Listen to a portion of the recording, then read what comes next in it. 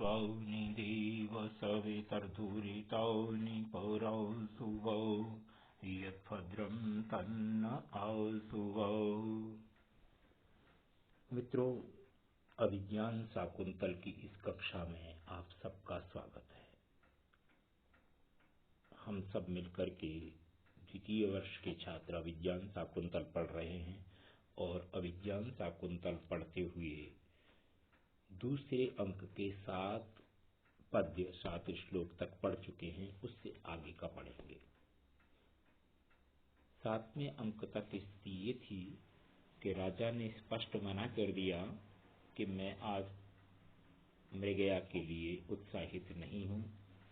सेनापति ने उसको उत्साहित करने की बात कही, उसको भी उसने मना कर दिया और मना करने का कारण दिया उसने कि ये शांति प्रधान तपोवन के पास अपन है, इसलिए अपन को ऐसा नहीं करना चाहिए। सेनापति कहता है यदाज्ञापयति स्वामी, तो ठीक है महाराज, आपका जैसा आदेश है। और विदूषक उसको उलाना देते हुए स्पष्ट कह देता है ध्वंसताम ते उत्साह वृत्तांत, कि तुम्हारा उत्साह बढ़ाने का जो वृत्तांत था वो सब कुछ था ना, वो समाप्त हो गया, अर्थात अट जाए, अलग हो जाए। इसके बाद वाला अपन आज पढ़ रहे हैं निष्क्रांतः सेनापति। इसके बाद सेनापति चला जाता है। राजा परिजनम विलोक्य अपनयन्तु भवत्यो मृगयावेशम।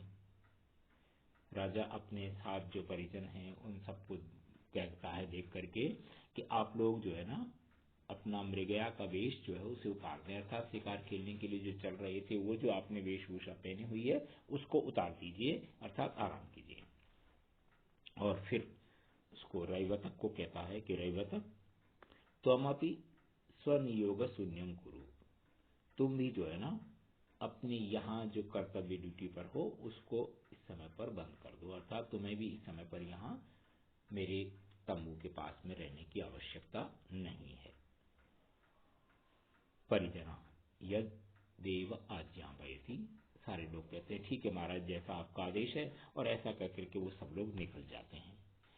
विदूषक कहता है विदूषक कृतम भवता निर्मक्षितम, अच्छा तो आपने सारी मक्खियां उड़ा दी, अर्थात पूरी तरह से एकांत कर लिया। सांप्रतम एतस्मिन् पादपत् छाया विरचित वितान सनाथे शिलातले निषीदतु भवान। इस समय पर आप पादपत् छाया विरचितम, इस पेड़ की छाया के नीचे बना हुआ एक बहुत बढ़िया सा जो शिलातल बना हुआ है, शिलापट बना है, उस पर निषीदतु भवान, आप बैठे। और यावद अहमपि सुखासीनो भवामी, तो मैं भी जो है ना सुखपूर्वक बैठने के लिए तैयार हो जाता हूँ। आप भी आराम से इस शिलापट्ट पर बैठ जाएं और मैं भी आराम से यहाँ पर बैठने के लिए प्रयत्न करता हूँ। राजा कहता है गच्छ अग्रता, तो ठीक है तुम आगे आगे चलो, बताओ कि किधर है ये शिलापट्ट जहाँ बैठने की बात करते हो, और फिर अपन बैठते हैं। विदूषक एतु भवान, आइए आप इधर आइए। इति उभौ परिक्रम्य उपविष्टौ, ऐसा थोड़ा सा घूम करके और दोनों जने बैठ जाते हैं। राजा कहता है माधव्य अनवाप्त चक्षु फलोसी ये न त्वया दर्शनीयम न दृष्टम। हे मित्र, तुमने जो है ना नेत्रों को प्राप्त करने का कोई भी फल प्राप्त नहीं किया है। आंख मिली है तो कोई सुंदर चीज देखने के लिए मिली है, और जो सुंदरतम चीज थी वो तुमने देखी नहीं, इसलिए तुम्हें नेत्रों का कोई फल नहीं मिला। ये न त्वया दर्शनीयम न दृष्टम, जो देखने योग्य वस्तु थी ना वो तुम नहीं देख पाए। विदूषक बहुत सामान्य भाव से कहता है ननु भवान अग्रतो में वर्तते, मेरी दृष्टि में आपसे ज्यादा सुंदर कोई नहीं है, और आप मेरे सामने खड़े हो, मैं आपको अभी भी देख रहा हूं, पहले से भी देख पा रहा हूं, इसलिए ऐसा क्यों कह रहे हो कि मैंने दर्शनीय वस्तु नहीं देखी है। राजा सर्व खलु कांतम आत्मीयम पश्यति, राजा कहता है कि प्रत्येक व्यक्ति अपने प्रिय व्यक्ति को ही सबसे सुंदर देखता है। कांतम प्रिय आत्मीय अपने अपने प्रिय व्यक्ति को ही सबसे बढ़िया मानता है। इसलिए आप मुझे मान रहे हो कि मैं सबसे सुंदर हूँ और मुझे देख रहे हो, कह रहे हो, लेकिन सच बात क्या है, मैं क्या कहना चाहता हूँ, ताम आश्रम ललाम भूताम शकुंतलाम अधिकृत्य ब्रवी में, मैं उस आश्रम का सौंदर्य बनी हुई, आश्रम की प्रतिष्ठा बनी हुई शकुंतला को विषय बना करके कह रहा हूं। विदूषक स्वगतम, विदूषक अपने आप में सोचता है, भवतु अस्य अवसरम न दास्य, ठीक है, मैं इसको अब शकुंतला से मिलने का अवसर ही नहीं दूंगा, ये बात अपने मन में सोचता है। और फिर स्पष्ट कहता है, प्रकाशम भो वयस्य, हे मित्र, ते तापस कन्यका अभ्यर्थनी दृश्यते, हे मित्र, वो जो तपस्वी कन्या है शकुंतला, वो लगता है कि तुम्हें प्रिय हो गई है और तुम उससे लेना चाहते हो, तुम उससे विवाह करना चाहते हो। विदूषक ये कहकर के कहना चाहता है कि वो तपस्वी की कन्या ब्राह्मण की बेटी है और तुम राजा हो, तुम्हारा उसके प्रति अभ्यर्थना करना कि वो मेरी पत्नी बन जाए, ये ठीक नहीं है। राजा सखे न परिहार्य वस्तुनि पौरवाणाम मनः प्रवर्तते, राजा कहता है, मित्र, आप नहीं जानते, परिहार्य वस्तुनि, जो वस्तु परिहार योग्य होती है, जिसको नहीं लेना चाहिए, जो ग्रहण करने योग्य नहीं है, पौरवाणाम मनः न प्रवर्तते, पौरवों का मन उसके प्रति कभी भी आसक्त नहीं होता है। अर्थात शकुंतला को तुम ये कह रहे हो कि भाई वो ब्राह्मण कन्या है, इसलिए मुझे उसके प्रति अभ्यर्थना नहीं करनी चाहिए, ऐसा नहीं है।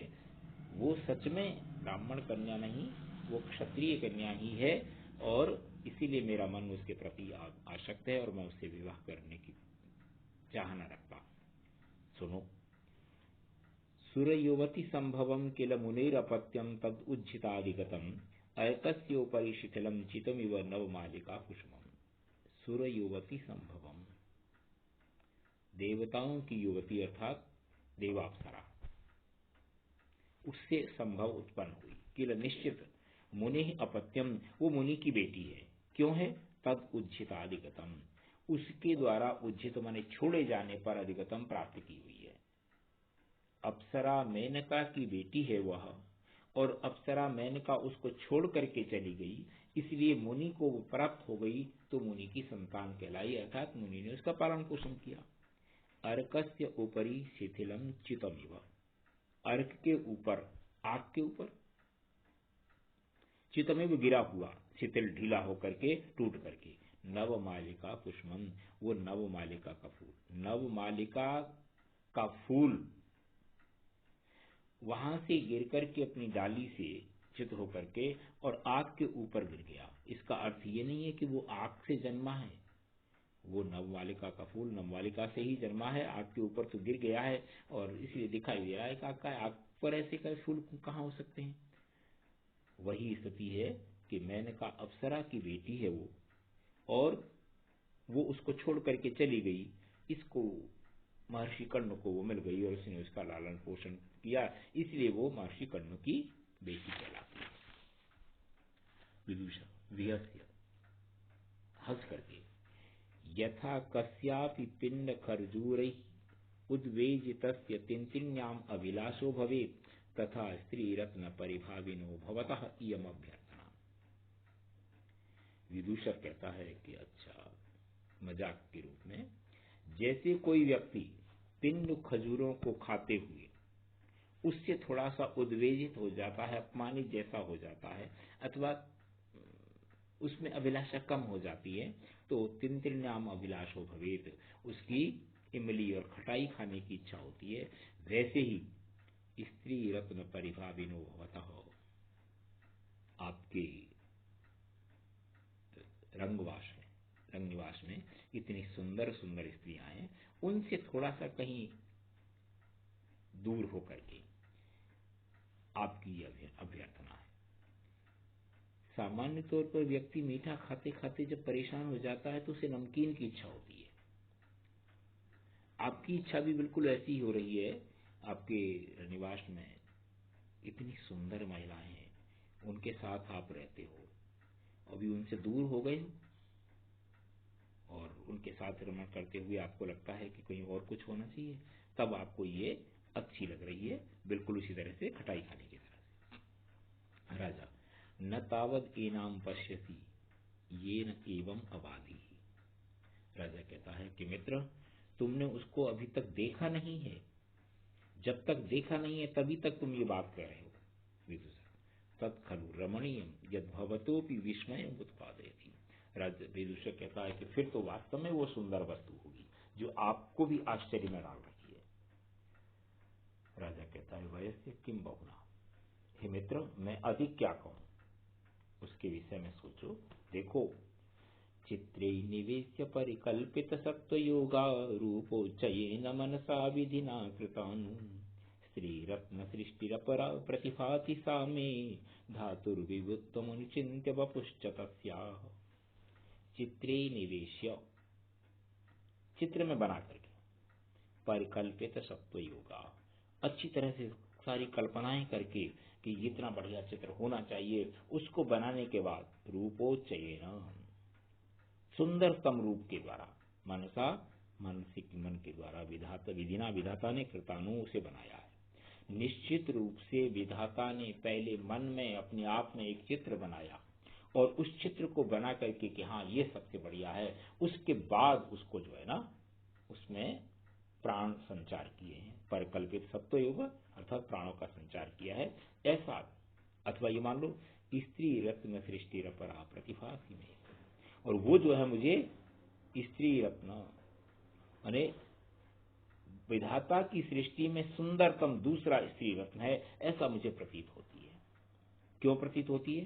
धातुर विभुत्वम, विधाता के वैभव को, विधाता के सामर्थ्य को, और वपुश्च तस्याः, उसके शरीर को, उसके शरीर सौंदर्य को अनुचिंत्य, बार बार विचार करके मुझे लगता है कि विधाता ने उसको जो है ना बहुत मन पूर्वक मन में पहले चित्र बनाया होगा, सुंदरतम चित्र मन में जितना बन सकता है वो बना करके, और फिर उस चित्र को सामने रख करके उसमें प्राणों का संचार किया है। इतना सुंदर रूप लगता है मुझे कि वो विधाता की सुंदरतम दूसरी सृष्टि है स्त्री के रूप में। इसको अन्वय की दृष्टि से एक बार वापस देखें। ये कहता है धातु विवित्वम तस्याः वपुश्च अनुचिंत्य, विधाता के वैभव, विधाता के सामर्थ्य को, तस्याः वपुश्च और उस शकुंतला के सुंदर शरीर को, अनुचिंत्य बार बार चिंतन करके, सोच करके, देख करके, मे सा विधिना, मेरी दृष्टि में वह विधाता के द्वारा चित्रे निवेश्य, पहले चित्र में बनाया उसको, और फिर परिकल्पित सप्तयोगा, उसमें चित्र में जो है ना, चित्र बनाने के बाद उसमें प्राणों का संचार किया है। मनसा, मन के द्वारा, निश्चय ही, रूपोच्चयेन, सुंदरतम रूप के द्वारा, अपरा सृष्टि, स्त्री सृष्टि रत्न प्रतिभाति, वो दूसरी सृष्टि बने, दूसरी सृष्टि अर्थात स्त्री के रूप में दूसरी सृष्टि, पहली सृष्टि तो ये है ही विधाता की जो दिखाई दे रही है सारा संसार, और वो दूसरी सृष्टि के रूप में सुंदरतम मुझे प्रतीत होती है। इतना बढ़िया बनाया है कि लगता है कि इससे बढ़िया कुछ हो ही नहीं। ये बात राजा शकुंतला के प्रति कहता है, तो इससे स्पष्ट है कि राजा की शकुंतला के प्रति आसक्ति पूरी तरह से है और वो उसके साथ विवाह करना चाहता है। ये बात राजा और विदूषक के बीच में चल रही है एकांत में, जो कि सारे परिजनों को उनको बाहर बैठ दिया है। तो मित्रों, आज का पाठ अपन यहाँ तक रखते हैं, इससे आगे वाला पाठ अपन कल पढ़ेंगे। मैं ये बात पहले कहता रहा हूँ और फिर कह रहा हूँ कि पुस्तक लेकर के अपन को पढ़ना है, बिना पुस्तक की बात कई बार समझ में नहीं आती है। इस सूचना के साथ आज का पाठ यह समाप्त करते हैं। धन्यवाद।